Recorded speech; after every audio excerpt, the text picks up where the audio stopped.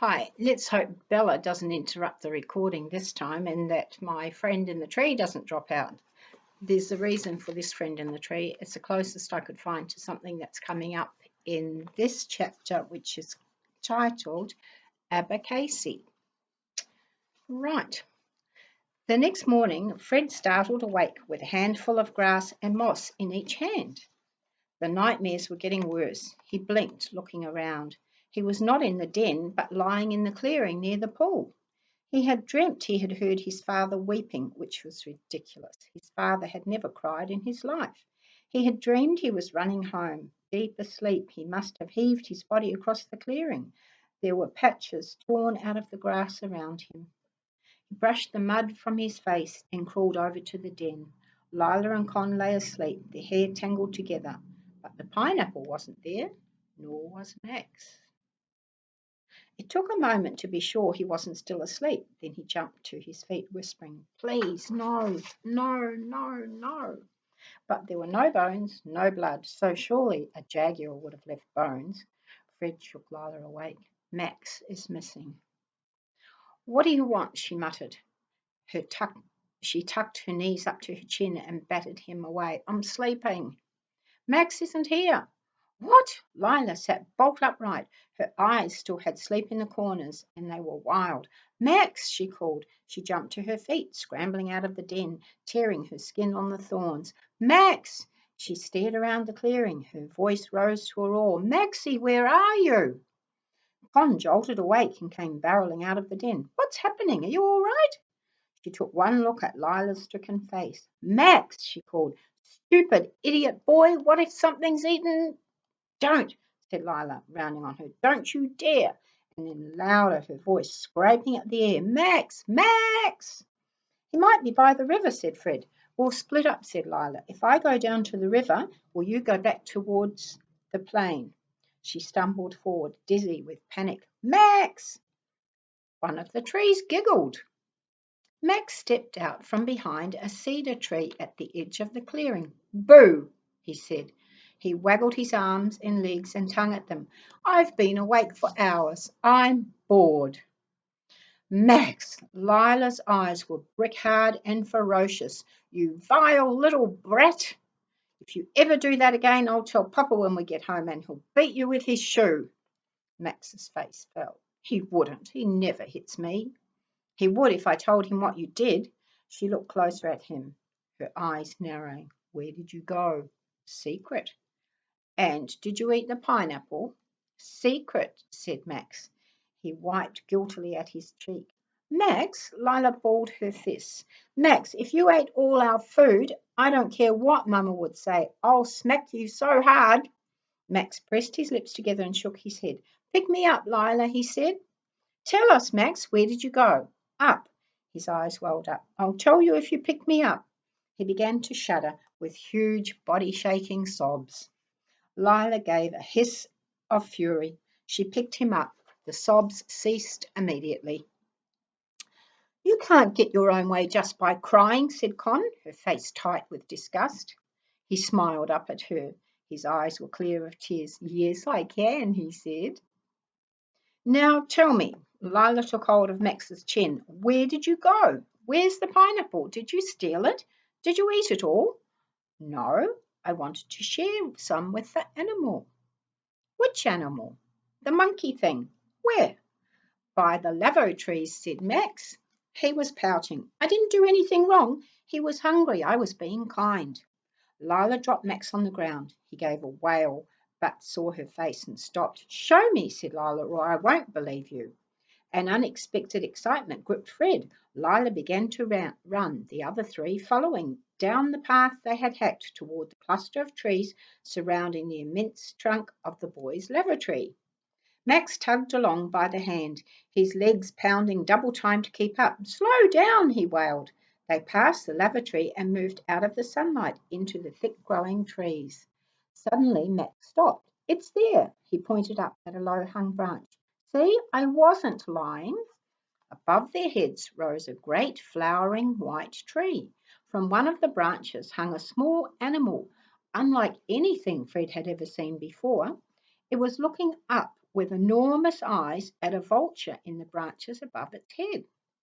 On the ground below it were 3 chunks of pineapple untouched. At some distance away, 2 more vultures crouched over the corpse of a larger version of the same animal. Get away, yelled Lila. She ran forward, kicking at the birds. Get away from it. The 2 vultures on the ground took off startled, but the vultures in the tree only ruffled its feathers. It was enormous, broad as a Labrador around the middle, and its eyes watched the tiny animal hungrily. The animal on the branch let out a meow like a cat. It was grey-brown with a cream face, a dog-like snout, and immense black eyes. Its arms were long and chicken-bone thin, ending in curved claws. It was small enough to cup in your hands. Lila ran to the base of the tree, gripped the lowest branch, and scrabbled with her feet against the trunk. The vulture, feeling the tree shake, flapped its wings, cawed, and disappeared. Lila hauled herself into the branches. Her knees were shaking. Her breath was unusually loud. She sat on the branch on which the animal perched and began to scoot forward, both hands gripping the branch. With quivering hands, she unwound its legs from the branch and rewound them around her own arm. The creature let out a meowling sound. Lila began to edge backward along the branch. Fred could hear her whispering prayers under her breath. She stumbled as she landed on the ground and half fell, but she made sure to keep the arm with the animal high above her head. Max ran to her. What is it? Let me see. It's a sloth, said Lila. Her voice was low.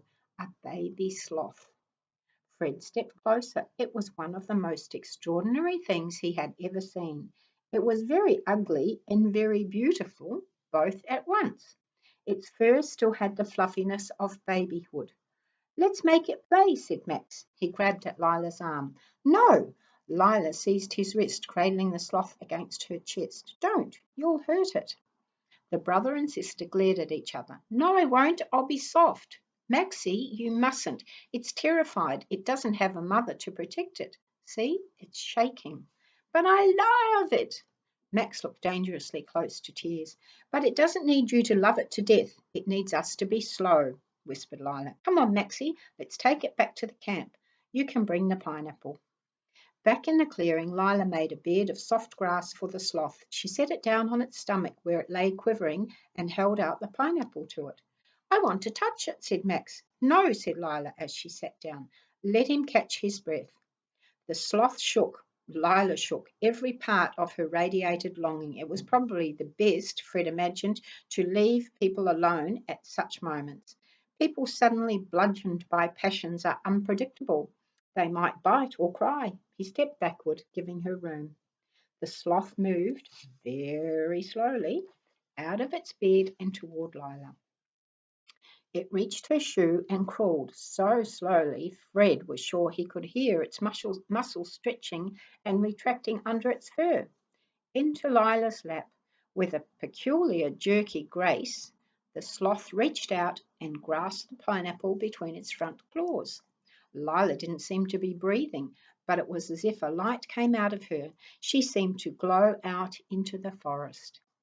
The sloth struggled to arrange the fruit so it could bite it, but Lila didn't move. She sat stock still, watching as it sprawled itself more comfortably across her lap. It moved like an uncoiled rocking horse, Fred thought.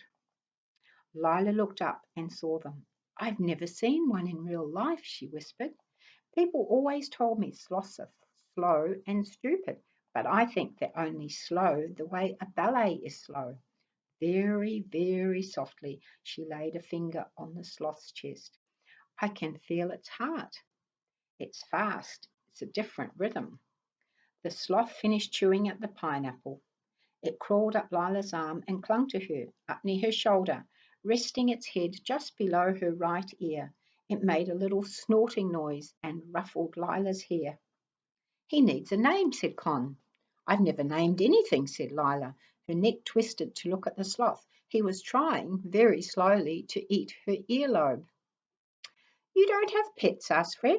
It seemed strange in a person who was so clearly designed to live alongside living things. I was never allowed one. I begged and begged, but Mama and Papa move a lot for their work, and they said it wouldn't be fair. Lila looked hard at the sloth. She narrowed her eyes. Her lips formed a word. What's his name? Asked Max. You have to tell us. It can't be a secret. Abacaxi, she said. Yes, said Max authoritatively. That's good. Say it again, said Con. Abacaxi. It's Portuguese for pineapple, said Lila. Baca for short.